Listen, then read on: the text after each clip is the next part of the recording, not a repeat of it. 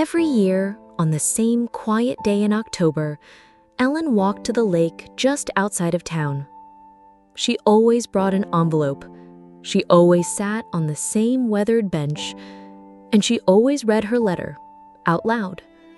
Not to the world, not to anyone in particular, but to her son, Jamie. Jamie had died 5 years earlier in a car accident. He was only 17.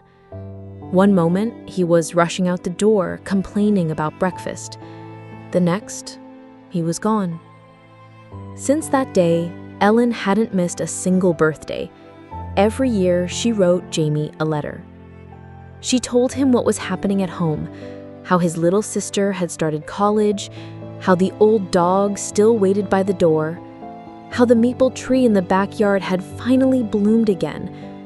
And at the end of every letter, she wrote the same line, "I still miss you," every day. She knew some people might find it strange, talking to someone who was no longer there, but grief had taught her something important. Sometimes love doesn't need a reply, it just needs to be spoken. One autumn afternoon, just after she finished reading, Ellen heard soft footsteps behind her. A teenage boy stood a few feet away. He looked nervous, unsure whether to speak. "I didn't mean to listen," he said quietly. "I was just walking by and I heard you." Ellen nodded gently. "It's okay," she said. "That was a letter for my son. He passed away a few years ago." The boy hesitated, then sat at the other end of the bench. "I lost my dad when I was 10. We didn't talk about it much. I didn't know you could do something like that. Write letters." Ellen smiled softly. "It helps. It keeps him close in a way." They sat in silence for a while.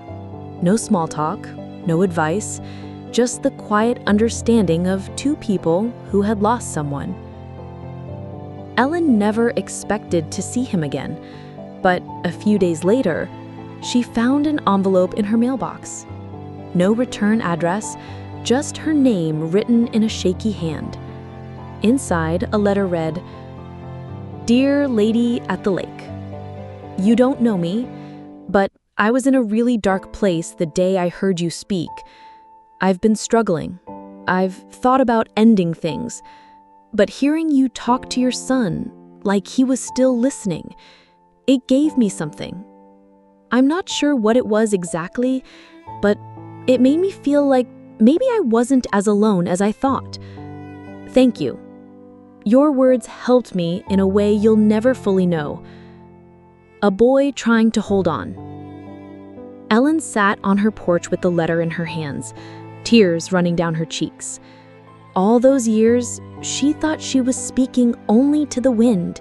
She never imagined someone else had been listening.